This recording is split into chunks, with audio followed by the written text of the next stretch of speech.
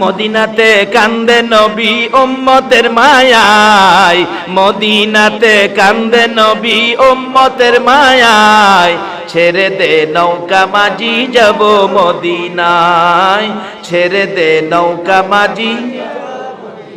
নবী মদিনাতে আছে শুইয়া, গুনাহগার উম্মতের মায়া, মদিনাতে আছে শুইয়া, গুনাহগার উম্মতের মায়া। সেই নবীরই প্রেমে সবাই পাগল হও না, সেই নবীরই প্রেমে সবাই পাগল হও না, ছেড়ে দে নৌকা মাঝি যাব মদিনা, ছেড়ে দে নৌকা মাঝি। আল্লাহ নামের বর্ষা করি, সারলাম নবীর প্রেমের তরি, আল্লাহ নামের বর্ষা করি, সারলাম নবীর প্রেমের তরি। দয়াল নবীর রওজা খানি আমায় দেখাও না, দয়াল নবীর রওজা খানি আমায় দেখাও না, ছেড়ে দে নৌকা মাঝি যাব মদিনা, ছেড়ে দে নৌকা মাঝি। বলতেছিলাম কেন যাবেন না, কেন এই নবীর উম্মত হইয়া আমার আল্লাহর জান্নাত পাওয়ার জন্য ব্যবসা করবেন না, কেন নবীকে ভালোবাসবেন না, কেন নবীর পক্ষে যাবেন না?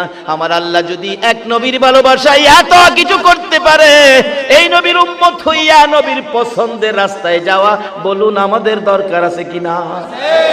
আরে কবরে গেলেও তো এই নবীর রাস্তা দিয়ে যাওয়া লাগে। আমাদের এলাকায় একটা আঞ্চলিক ভাষা আছে, কার কারণে খাসলা বান্দি ঠাহুর চিনস না, যার উসিলায় সব পাইলা তারে চিনো না।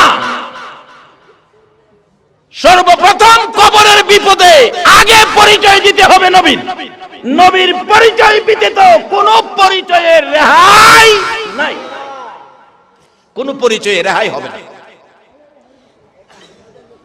সেই নবী যদি আপনার আমার জন্য এত কান্দা কাঁদতে পারে, নবীর পক্ষে আমাদের কিছু করা দরকার আছে কিনা? বলতেছিলাম আমার নবী কান্দে গো, ওই মদিনার পাহাড় নিরিবিলি জায়গায় সেজদায় পড়ে কান্দে। কথাটা খেলা ছিল আপনাদের, সেজদাই পড়ে কান্দে।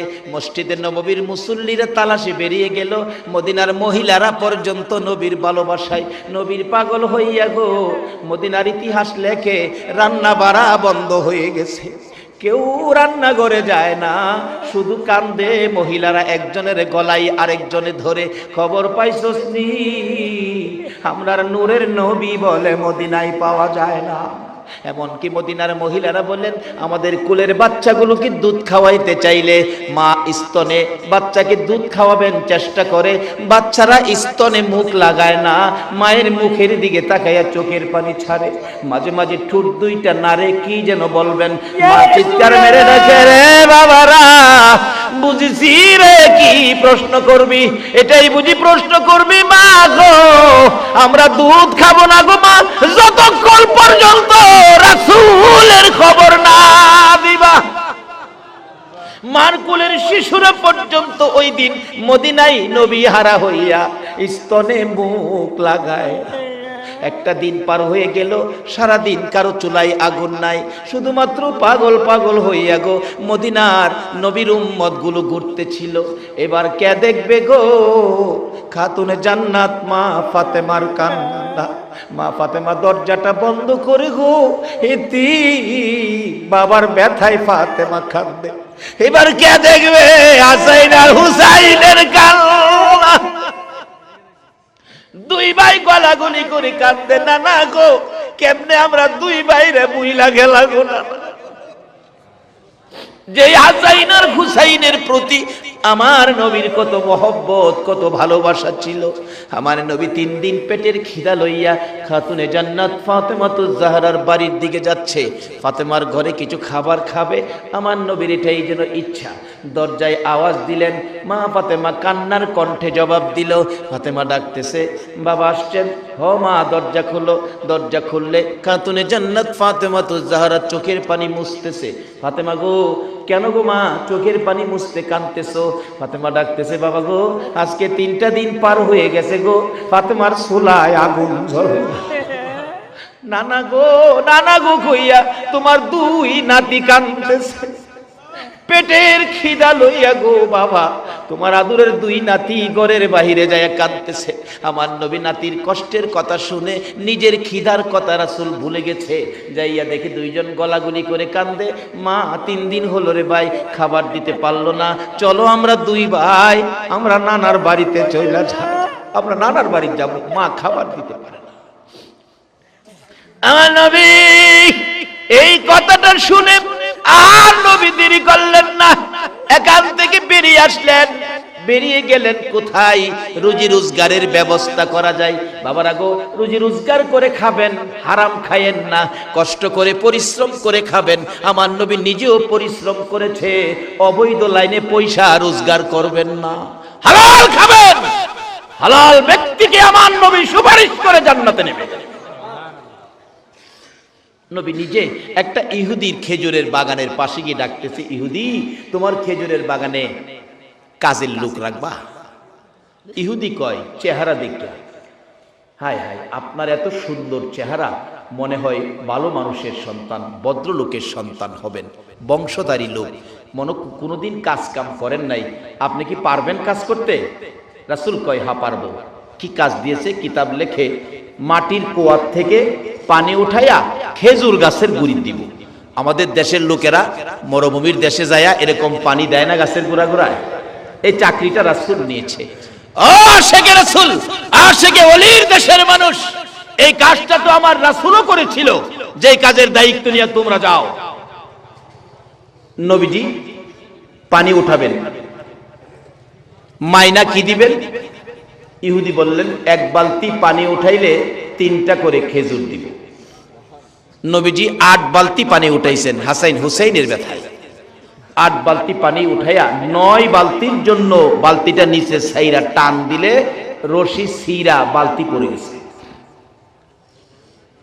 নবীজি দাঁড়াইয়া রয়েছে, ইহুদি দূর থেকে তাকায় রয়েছে, পানি উঠাও না কেন? রশি ছিঁড়ে গেছে। রশি ছিঁড়ে গেছে না ছিঁড়ে ফেলছো? নবীকে চোখ লাল করে কথা কইতেছে, ছিঁড়ে গেছে না ছিঁড়ে ফেলছো? রাসূল বলেন, বাবারে আমি তো ছিঁড়ে ফেলি নাই, ছিঁড়েই গেছে, পড়ে গেছে। না তুমি ছিঁড়ে ফেলছো। আরে বাবা আমি ছিঁড়বো কেন? এই কথা কাটাকাটিতে এক পর্যায়ে ইহুদি, যেই নবীর চেহারায় জীবনে একটা মশা মাছি বসে নাই, এই নবীর সুন্দর গাল মোবারকে থাপ্পড় লাগাই দিয়েছে। আমার নবী একটা চিৎকার মারছে, ইহুদি 3 দিন পর্যন্ত খাবার নাই রে, আমার গালে থাপ্পড় দিছস, তোর হাতে ব্যথা পাইছস নি? ইহুদি রে দেরি করিস না, আমার আদরের নাতিরা কান্দে রে, যে নাতির মুখে খাবার দেওয়ার জন্য আমি আজকে তোর বাগানে চাকরি নিয়েছিলাম, আমার 8 বালতি পানির বিনিময় 24টা খেজুর দিয়ে দে, আমি 24 খেজুর লই আমার নাতিদেরকে খাওয়াবো। 24 খেজুর লইয়া আমার আপনার নবী রওনা হলেন হাসাইন হুসাইনের দিকে। আমার আল্লাহ ডাকে, জিবরাইল আমার বন্ধুরে বালতি যেন বন্ধু উঠাইয়া দিয়া আসে। জিবরাইল সামনে দাঁড়াইলে, ইয়া রাসূলুল্লাহ বালতি উঠাইয়া দিয়ে যেতে হবে। এরে জিবরাইল আমি বালতি কিভাবে উঠাবো রে জিবরাইল? জিবরাইল বলেন, ইয়া রাসূলুল্লাহ কুয়ার ভিতরে হাত ঢুকাইয়া আপনি নবী বালতিকে ডাক দেন, বালতি আপনাকে চিনে, আপনার ভালোবাসায় বালতি আপনার হাতে এসে যাবে। আমার নবী কুয়ার ভিতরে হাত ঢুকাইয়া ডাকতেছে, এরে বালতি আয় রে, আমি নবীর হাতে আই। বালতিকে আমার নবী ডাক দিতে দেরি হয়েছে, মৃত বালতি কুয়ার ভিতর থেকে নবীর হাতে আসতে দেরি হয় না। যেই নবীর ভালোবাসা মৃত বালতি পর্যন্ত দিতে জানে গো, এই নবীর উম্মত হইয়া নবীর ভালোবাসা দেওয়া দরকার আছে কিনা? কিভাবে ভালোবাসা দিলে নবী খুশি হবে? আসুন আমি সেই দিকে যাচ্ছি। এবার প্রশ্ন আসতে পারে, হুজুর মৃত বালতি কি ডাক দিলে আসতে পারে? আসুন আরো বাস্তবতায় যাই। মদিনায় যারা হজ করতে গিয়েছেন, একটা জায়গার নাম আছে উস্তুনে হান্নানা। তার ঘটনা হলো, আমার নবী যেদিন মসজিদে নববীর মিম্বর পাকা হয় নাই, একটা শুকনা মৃত খেজুরের গাছ পিছনে গাইরা মিম্বরে দাঁড়ায় হেলান দিয়ে খুতবা দিতেন। যেদিন মিম্বর পাকা হলো, এই শুকনা গাছ লাকড়ির সমতুল্য উঠাইয়া ফেলে দিলেন। নবী খুতবা দিবেন জুমার দিন, শোনা যায় নবীর কানে আওয়াজ আসতেছে, কে যেন কাঁদতেছে মা বাবা হারা এতিমের মতো। আমার নবী বলেন, সাহাবীরা রে দেখ কে কান্দে রে। না হুজুর কেউ তো কান্দি না আমরা, রাসূল পাইলে আমরা কাঁদবো কেন? না তালাশ করে দেখ, আমার কানে কান্নার আওয়াজ আসতেছে। সাহাবীরা তালাশ করে দেখে মৃত শুকনো খেজুরের গাছ আমার নবীর ভালোবাসায় কান্দে। হুজুর মরা গাছ দিয়ে কাঁদতেছে। পৃথিবীর কোন আলেম অস্বীকার করার ক্ষমতা নাই যে নবীর ভালোবাসায় মরা গাছ কান্দে। আজকে সেই নবীর পক্ষে আপনারা বসে আছেন। যদি এই রাত্রের মাহফিল আল্লাহ পছন্দ করে কবুল করে, এর বিনিময় নাজাতের ফয়সালা আপনাদের হয়ে যাবে। হাশরের ময়দানে আখিরি নবীর উম্মতের জন্য আল্লাহ পাক খালি সুযোগ খুঁজবেন, কোন সুযোগে কোন উসিলাতে আপনাদেরকে মাফ করে দিবেন। কারণ নবী যে 63 বছর জিন্দেগি আমাদের মাফের জন্য নবী কাঁদছেন। রাসূল বলেন, গাছটাকে নিয়ে আসো। নিয়ে আইছে। হুজুর এই তো উস্তুনে হান্নানা। রাসূল জিগায়, এ উস্তুনে হান্নানা, ও মৃত খেজুরের গাছ, তুমি তো মৃত গাছ, তুমি কাঁদতেছো কি ব্যাপার, কি তোমার দুঃখ? মৃত খেজুরের গাছ বলে, ইয়া রাসূলুল্লাহ, এতদিন আপনার পিঠ মুবারকের সাথে আমি লাইগা থাকতাম, আজকে যে মিম্বর পাকা হওয়াতে আমাকে সরাইয়া দিলেন, আমাকে দূরে ফালাইলেন, রাসূলের বিরহের ব্যথায় আমি মরা গাছ কাঁদতেছি। নবীর বিরহের ব্যথায় মৃত গাছ কান্দে, কি আশ্চর্য! রাসূল খুশি হলেন। রাসূল কি হলেন? খুশি হলেন। মরা গাছ রাসূলকে খুশি করতে পারলো, কিন্তু আমরা জীবিত নবীর উম্মত হয়ে তো খুশি করতে পারলাম না। আসুন খুশি করে আল্লাহর সাথে ব্যবসা করে আজকে জান্নাতের বাজেটটা লইয়া বাড়িতে যাব। রাজি আছেন আপনারা? কিভাবে নেবেন? রাস্তা আইতাছে সামনে। নবীজি খেজুরের গাছের কান্না শুনে খুশি হলেন। তুমি আমার জন্য এত পাগল, এত ভালোবাসো, যাও যাও, তুমি আর কাঁদো না। আমি রাসূল তোমার জন্য দোয়া করে দেই, তুমি একটা জীবিত খেজুরের গাছ হয়ে যাইবা। আচ্ছা, আমরা নবীর দোয়ায় মৃত গাছ জীবিত হবে কিনা বলুন? আল্লাহু আকবার।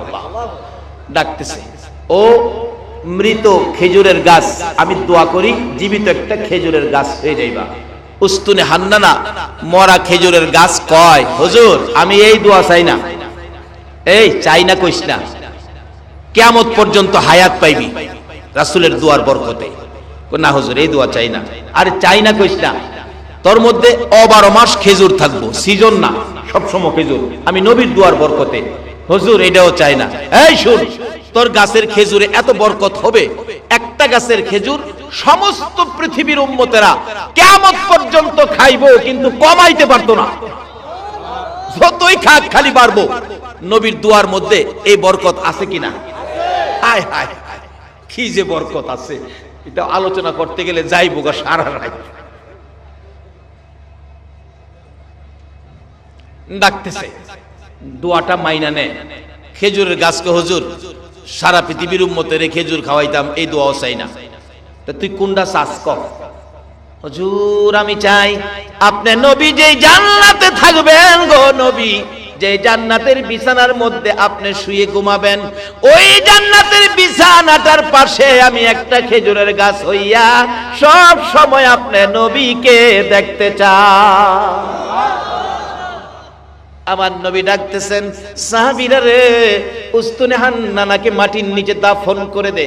মানুষকে যেমন দাফন করা হয় এমনি ভাবে ওই মৃত গাছটাকে দাফন করেছে, একটু চিহ্ন দেওয়া আছে জায়গাটায় উস্তুনে হান্নানা। নবীর ভালোবাসার ওই গাছটার পাশে দাঁড়াইয়া 2 রাকাত নামাজ যদি কোনো মুসলমান আদায় করে, আমার আল্লাহ তার জীবনের গুনাহগুলো মাফ করে দেয়।